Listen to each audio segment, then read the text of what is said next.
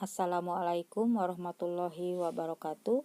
Anak-anak kelas 7 sekalian, pada hari ini Ibu akan menjelaskan materi IPS bab 4 tentang kerajaan-kerajaan Islam di Indonesia dan peninggalannya. Kerajaan-kerajaan Islam di Indonesia adalah 1. Kesultanan Samudra Pasai, 2. Kesultanan Aceh Darussalam, 3. Kesultanan Demak, 4. Kesultanan Banten, 5. Kesultanan Makassar Goa Talo, 6. Kesultanan Mataram, 7. Kesultanan Ternate dan Tidore, 8. Kesultanan Banjar. Untuk lebih jelasnya tentang kerajaan-kerajaan Islam tersebut, silakan simak tayangan berikut ini. Kerajaan-kerajaan Islam di Indonesia. Kerajaan-kerajaan Islam dikenal dengan sebutan kesultanan dan rajanya disebut sultan. Kesultanan Islam di Indonesia diperkirakan mulai lahir sejak abad ke-13 Masehi.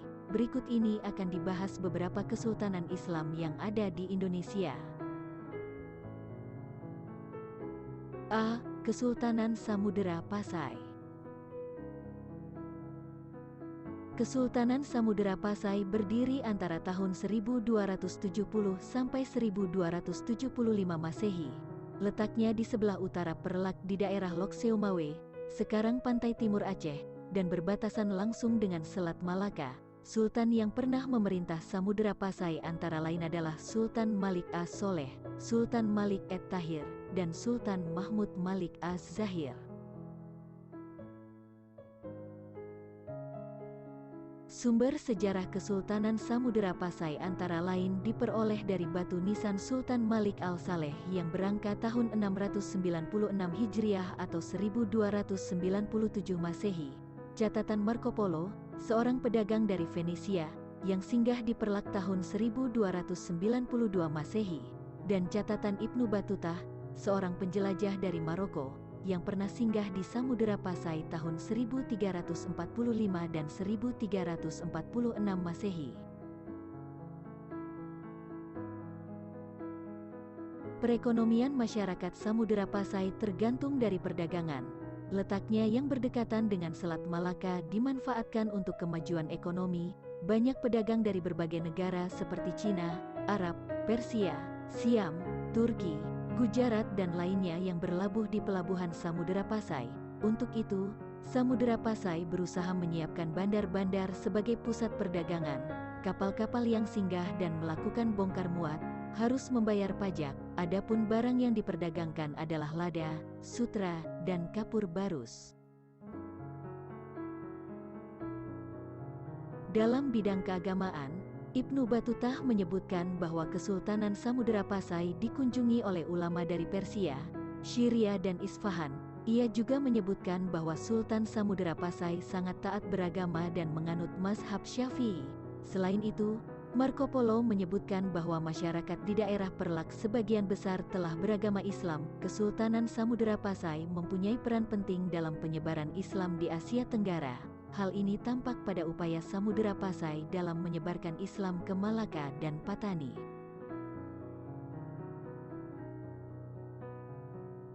Pada tahun 1521 Masehi, Kesultanan Samudera Pasai dikuasai oleh Portugis. Kemudian pada tahun 1524 Masehi dikuasai oleh Sultan Ali Mugayyad Shah dari Kesultanan Aceh Darussalam. Sejak itu Samudera Pasai berada di bawah kekuasaan Kesultanan Aceh Darussalam. B. Kesultanan Aceh Darussalam. Kesultanan Aceh didirikan pada tahun 1513 Masehi oleh Sultan Ali Mugayyad Shah. Berdasarkan berita Portugis, Kesultanan Aceh Darussalam di bawah pimpinan Sultan Ali Mugayyad Shah berhasil memasukkan kerajaan Dayak ke dalam kekuasaan Aceh Darussalam pada tahun 1520 Masehi. Kemudian Pedir dan Samudera Pasai ditaklukkan pada tahun 1524 Masehi. Kesultanan Aceh Darussalam menyerang kapal Portugis di bawah komandan Simão de Souza Galvão di Bandar Aceh. Pada tahun 1529 Masehi Kerajaan Aceh mengadakan persiapan untuk menyerang Portugis di Malaka, tetapi tidak jadi karena Sultan Ali Mugayyad Shah wafat pada tahun 1530 Masehi. Perkembangan Kesultanan Aceh erat kaitannya dengan jatuhnya Malaka ke tangan Portugis. Sejak Malaka dikuasai Portugis, para pedagang Muslim menghindari Selat Malaka dan beralih menyusuri pesisir barat Sumatera, ke Selat Sunda, lalu terus ke timur Indonesia atau langsung ke Cina. Hal ini mendorong perekonomian masyarakat Aceh berkembang pesat dan menjadikan Aceh sebagai bandar transit lada dari Sumatera dan rempah-rempah dari Maluku. Untuk mempertahankan kedudukannya, Aceh membangun armada laut yang kuat dan menjalin hubungan dengan Kesultanan Islam di Timur Tengah seperti Turki Utsmani, Abesinia, dan Mesir. Kesultanan Aceh mencapai puncak kejayaan pada masa pemerintahan Sultan Iskandar Muda yang memerintah tahun 1607 sampai 1636 Masehi. Kesultanan Aceh berhasil menguasai daerah-daerah di pesisir timur dan barat Sumatera, serta pesisir barat Semenanjung Melayu, seperti Johor dan Pahang. Pada tahun 1629 Masehi, Sultan Iskandar Muda berupaya merebut Malaka dari Portugis. Namun upayanya gagal karena kekuatan Portugis lebih unggul. Sultan Iskandar digantikan oleh Sultan Iskandar Thani yang memerintah tahun 1636 sampai 1641 Masehi. Pada masa pemerintahannya, kejayaan Kesultanan Aceh semakin meningkat. Namun, berbeda dengan pendahulunya, Sultan Iskandar Thani lebih mementingkan pengembangan di dalam negerinya. Pada masa ini bidang keagamaan berkembang yang didukung oleh kehadiran seorang ulama besar bernama Nuruddin Ar-Raniri. Sepeninggal Sultan Iskandar Thani, Aceh lambat laun mulai mengalami kemunduran. Meskipun demikian, Kesultanan Aceh dapat bertahan sampai awal abad ke-20 Masehi. C. Kesultanan Demak.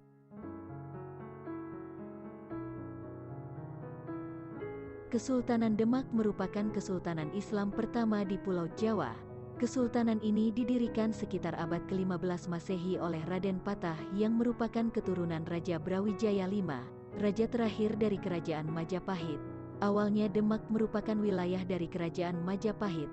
Seiring dengan kemunduran Majapahit, Demak menjadi kawasan mandiri yang kemudian menjadi sebuah kesultanan. Wilayah-wilayah di pantai utara Jawa yang sudah menganut Islam berada di bawah pengaruh Demak. Pengaruh Kesultanan Demak kemudian meluas ke Sukadana, Kalimantan Selatan, Palembang, dan Jambi. Kehidupan ekonomi masyarakat Demak bersumber pada pertanian, perdagangan dan pelayaran. Pengalihan jalur perdagangan setelah jatuhnya Malaka ke tangan Portugis membuat pelabuhan-pelabuhan di wilayah Kesultanan Demak seperti Jepara, Tuban, Sedayu, dan Gresik berkembang menjadi pelabuhan transito atau penghubung dengan daerah-daerah penghasil rempah-rempah. Pada tahun 1512 Masehi dan 1513 Masehi, Demak mengirim pasukan di bawah pimpinan Adipati Yunus untuk membebaskan Malaka dari kekuasaan Portugis dan menguasai perdagangan di Selat Malaka. Namun upaya ini gagal karena kekuatan Portugis lebih unggul. Dalam bidang keagamaan, Kesultanan Demak berperan sebagai pusat penyebaran agama Islam di Pulau Jawa. Penyebaran Islam didukung oleh para wali yang dikenal dengan Wali Songo. Beberapa anggota Wali Songo berasal dari Demak, yaitu Sunan Kalijaga, Sunan Bonang, Sunan Kudus, dan Sunan Muria. Mereka berperan besar dalam penyebaran Islam di Jawa Tengah dan Jawa Timur. Kesultanan Demak juga berusaha menyebarkan Islam di luar Pulau Jawa seperti Maluku dan Kalimantan. Penyebaran Islam di Maluku dilakukan oleh Sunan Giri. Adapun di Kalimantan, penyebaran Islam dilakukan oleh seorang penghulu yang bernama Tunggang Pararangan. Kesultanan Demak mencapai puncak kejayaan pada masa pemerintahan Sultan Trenggana. Pada masa pemerintahannya, kekuasaan Demak meliputi sebagian Jawa Barat, Jayakarta, Jawa Tengah dan sebagian Jawa Timur. Penaklukan pesisir utara Jawa Barat dilakukan oleh Fatahillah yang turut merintis berdirinya Kesultanan Banten dan Cirebon.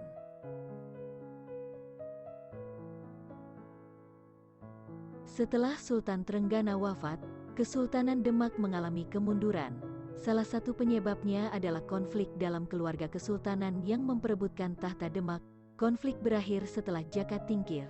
Adipati Pajang sekaligus menantu Sultan Trenggono, meredam pemberontakan Arya Panangsang yang menginginkan tahta Demak. Jaka Tingkir kemudian memindahkan pusat pemerintahan Demak ke daerah Pajang. D. Kesultanan Banten. Sebelum menjadi sebuah kesultanan, Banten sudah berkembang menjadi kota pelabuhan penting di bawah kekuasaan Kerajaan Sunda. Pada tahun 1526 Masehi, Fathahillah dari Kesultanan Demak berhasil merebut Banten dari Kerajaan Sunda. Perebutan kekuasaan ini terjadi disebabkan oleh adanya kerjasama politik dan ekonomi antara Kerajaan Sunda dan Portugis. Hal ini dianggap membahayakan kedudukan Kesultanan Demak setelah kegagalan Adipati Yunus mengusir Portugis dari Malaka. Fathahillah kemudian mendirikan benteng pertahanan yang bernama Surosowan yang kelak menjadi pusat pemerintahan Kesultanan Banten.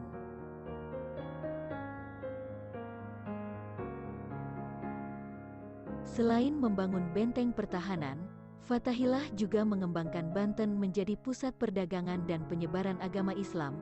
Banten kemudian tumbuh menjadi kota perdagangan. Ketika Kesultanan Demak mengalami kemunduran, Banten akhirnya melepaskan diri dari pengaruh kekuasaan Demak.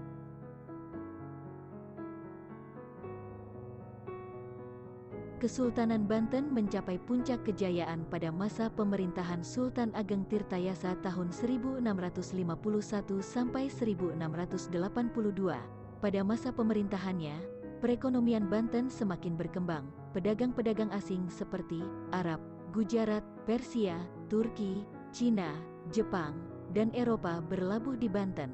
Hal ini diketahui dari banyaknya temuan pecahan keramik dan benda-benda lainnya dari Cina, Jepang bahkan juga dari Eropa. Untuk mempertahankan kedudukan Banten sebagai salah satu pusat perdagangan, Sultan Ageng Tirtayasa bersikap tegas terhadap VOC Belanda. Ia tidak mau bekerja sama dan menolak kemauan VOC untuk menerapkan monopoli perdagangan.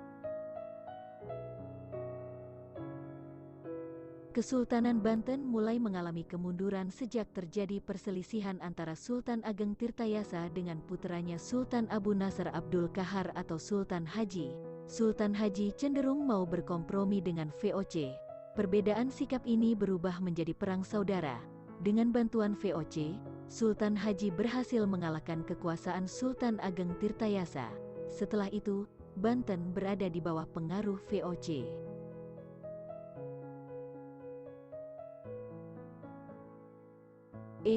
Kesultanan Makassar, Goa Talo. Kesultanan Makassar merupakan kesultanan Islam yang terletak di Sulawesi Selatan. Kesultanan Makassar berawal dari Kerajaan Goa dan Kerajaan Talo. Kedua kerajaan ini kemudian bergabung menjadi satu di bawah pimpinan Raja Goa. Adapun Raja Talo menjadi Mangkubumi. Setelah menganut Islam, kerajaan tersebut menjadi Kesultanan Makassar.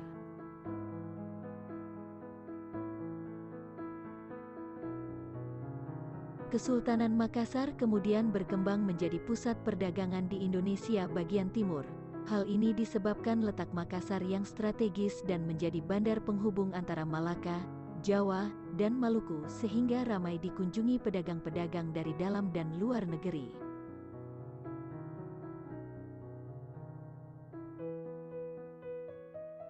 Kesultanan Makassar mencapai puncak kejayaan pada masa pemerintahan Sultan Hasanuddin tahun 1653 sampai 1669 Masehi.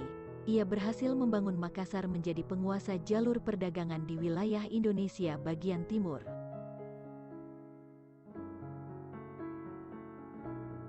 Pada tahun 1660 Masehi, terjadi Perang Makassar. Perang ini disebabkan oleh persaingan antara Kesultanan Makassar dan Kerajaan Bon yang mendapat dukungan dari VOC Belanda. Selain itu, perilaku orang-orang Belanda yang menghalang-halangi pelaut Makassar membeli rempah-rempah dari Maluku dan mencoba ingin memonopoli perdagangan juga menjadi terjadi penyebab Perang Makassar. Dalam perang ini Kesultanan Makassar mengalami kekalahan dan terpaksa menandatangani perjanjian Bongaya yang sangat merugikan Kesultanan Makassar.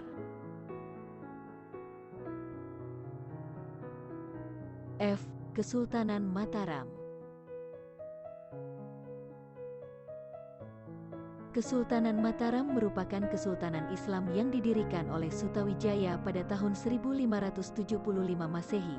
Sutawijaya kemudian menjadi Sultan Mataram yang pertama dengan gelar Panembahan Senopati ing Alaga Sayyidin Panatagama.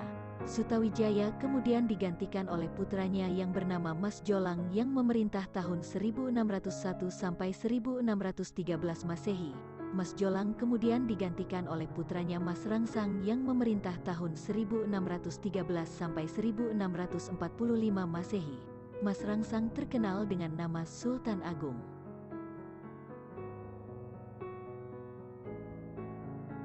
Pada masa pemerintahan Sultan Agung, Kesultanan Mataram mencapai puncak kejayaan. Dalam bidang politik, Mataram berhasil memperluas kekuasaan ke berbagai daerah di Jawa Tengah, Jawa Timur, dan sebagian Jawa Barat termasuk Banten. Dalam bidang ekonomi, Mataram berkembang menjadi negara agraris. Hasil utamanya adalah beras. Selain itu, Mataram juga menghasilkan kayu, gula, kelapa, kapas, dan palawija. Dalam bidang kebudayaan, seni bangunan, ukir, dan lukis mengalami perkembangan. Hal ini terlihat dari gapura, istana, dan tempat ibadah peninggalan Kesultanan Mataram. Kebudayaan yang berkembang di Mataram merupakan perpaduan unsur-unsur budaya Islam dengan budaya Hindu Jawa, seperti perayaan sekaten dan upacara grebek.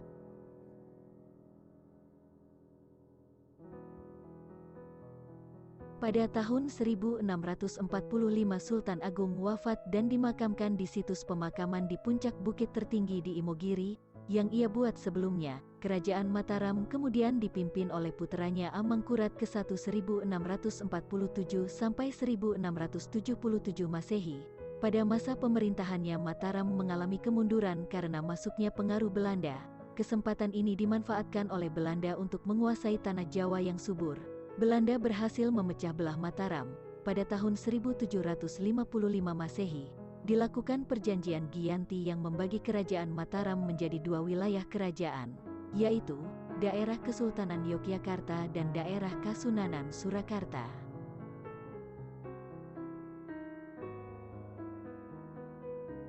G. Kesultanan Ternate dan Tidore. Masuknya Islam ke Maluku erat kaitannya dengan kegiatan perdagangan. Pada abad ke-15 Masehi, para pedagang dan ulama dari Malaka dan Jawa menyebarkan Islam di Maluku. Dari sini muncul 4 kesultanan Islam, yaitu Ternate, Tidore, Jailolo, dan Bacan. Pada saat kesultanan-kesultanan tersebut berkuasa, masyarakat Muslim di Maluku sudah menyebar sampai ke Banda, Hitu, Haruku, Makian, dan Halmahera.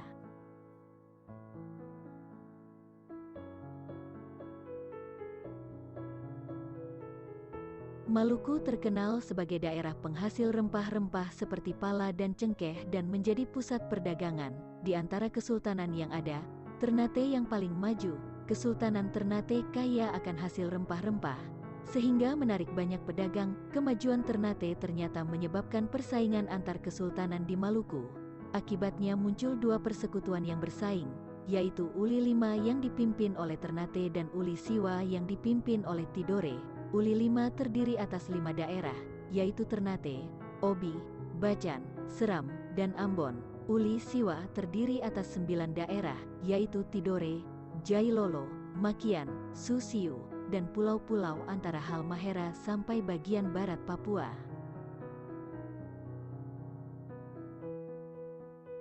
Pada 1521 Masehi, Portugis memasuki Maluku dan bekerja sama dengan Ternate. Tidak lama kemudian Spanyol memasuki Maluku dan bekerja sama dengan Tidore. Kedatangan kedua bangsa Eropa tersebut makin memperuncing keadaan hingga terjadi perseteruan 4 pihak, yaitu Ternate Portugis dengan Tidore Spanyol. Perseteruan ini dapat diselesaikan melalui perjanjian Saragossa. Berdasarkan isi perjanjian, Spanyol harus meninggalkan Maluku.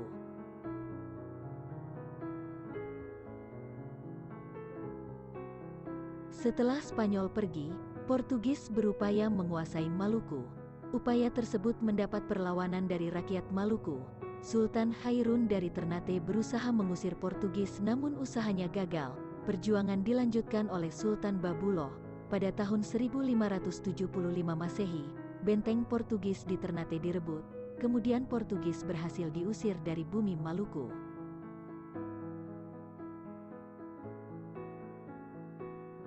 Bebasnya Maluku dari bangsa asing tidak berlangsung lama. Pada tahun 1605 Masehi, VOC Belanda menduduki Ambon dan berusaha menguasai Maluku. Belanda mendapat perlawanan sengit dari rakyat Maluku. Di antaranya adalah perlawanan yang dipimpin oleh Sultan Nuku dari Tidore.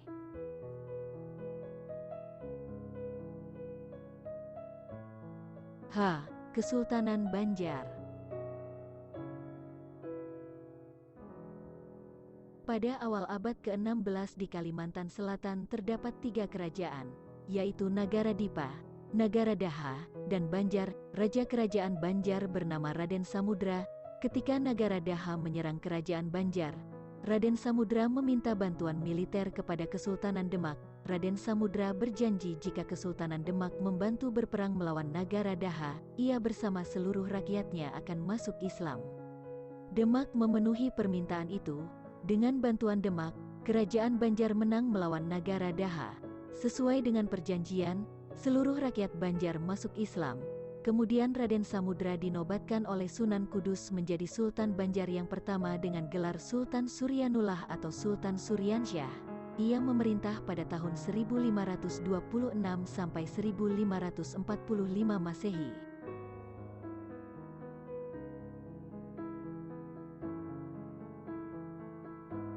Kesultanan Banjar mengalami masa kejayaan pada awal abad ke-17 Masehi.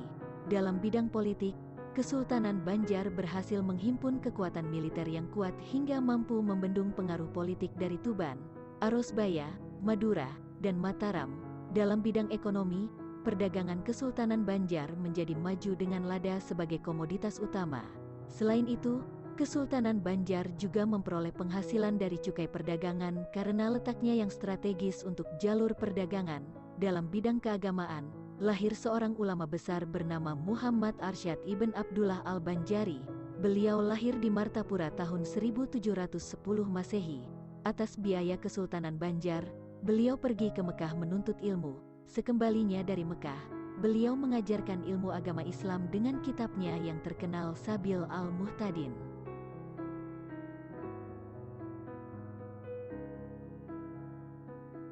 Kesultanan Banjar mengalami kemunduran setelah masa pemerintahan Sultan Adam Al-Wasik Billah tahun 1857 Masehi. Kemunduran ini disebabkan oleh campur tangan Belanda dalam pergantian Sultan-Sultan Banjar. Selanjutnya, silahkan kalian simak tayangan berikut tentang peninggalan kerajaan-kerajaan Islam di Indonesia. A. Masjid. Masjid merupakan tempat ibadah orang-orang Islam. Masjid yang merupakan peninggalan masa Islam di Indonesia contohnya adalah Masjid Demak, Masjid Ampel Surabaya, dan Masjid Banten. B. Keraton. Keraton adalah tempat kediaman raja atau istana raja. Di tempat ini seorang raja mengendalikan pemerintahan kerajaannya. Dengan demikian, keraton berfungsi sebagai pusat pemerintahan dan tempat tinggal raja. Keraton yang termasuk peninggalan masa Islam antara lain yaitu Keraton Surakarta, Keraton Yogyakarta, Keraton Kanoman di Cirebon, dan Istana Maimun di Sumatera Utara. C. Makam. Makam kuno peninggalan masa Islam umumnya terdiri atas jirat, kijing, nisan, dan cungkup. Jirat adalah bangunan yang terbuat dari batu atau tembok yang berbentuk persegi panjang. Nisan adalah tonggak pendek yang terbuat dari batu yang ditanam di atas gundukan tanah sebagai tanda kuburan. Cungkup adalah bangunan mirip rumah yang berada di atas jirat. Contoh makam kuno bercorak Islam, yaitu makam Maulana Malik Ibrahim di Gresik, makam Fatimah binti Maimun di Leran Gresik, makam Sultan Malik Al-Saleh di Pasai Aceh, dan makam Sultan-Sultan Mataram di Imogiri. E. Kaligrafi. Kaligrafi adalah menulis indah dan disusun dalam aneka bentuk menarik dengan menggunakan huruf Arab. Dalam dunia Islam, kaligrafi terdiri atas petikan ayat-ayat suci Al-Quran. Bentuknya beraneka macam, dari yang sederhana, berbentuk tulisan mendatar, sampai bentuk yang rumit seperti sebuah lingkaran, segitiga atau membentuk suatu bangun tertentu seperti masjid. Beraneka ragam hias kaligrafi dapat kita temukan pada dinding masjid atau batu nisan. E. Karya sastra. Berdasarkan corak dan isinya karya sastra peninggalan masa Islam di Indonesia ada beberapa jenis, yaitu berupa babat, hikayat, suluk, dan syair. 1. Babat adalah karya sastra berupa cerita berlatar belakang sejarah. Karya ini biasanya berupa cerita semata daripada uraian sejarah yang disertai bukti-bukti dan fakta. Contoh Babat Cirebon, Babat Tanah Jawi, dan Babat Giyanti. 2. Hikayat adalah karya sastra berupa cerita atau dongeng yang dibuat sebagai pelipur lara atau pembangkit semangat. Contoh Hikayat Hang Tuah, dan Hikayat Raja-Raja Pasai. 3. Suluk adalah kitab-kitab yang berisi masalah gaib, ramalan tentang hari baik atau buruk, dan makna atau simbol tertentu yang dihadapi manusia. Suluk-suluk tersebut merupakan bagian dari ajaran tasawuf. Suluk merupakan karya sastra tertua peninggalan Kesultanan Islam di Indonesia. Contoh Suluk Wijil, Suluk Malang Sumirang, dan Suluk Sukarsa. 4. Syair adalah puisi lama yang setiap baitnya terdiri atas 4 baris yang berakhir dengan bunyi yang sama. Contohnya syair Perahu dan syair Si Burung Pingai karya Hamzah Fansuri. F. Seni tari. Salah satu tarian yang merupakan peninggalan dari masa Islam adalah tari sedati atau tari saman dari Aceh. Tarian ini dilakukan dengan iringan nyanyian yang sebenarnya adalah selawat atau pujian kepada Nabi.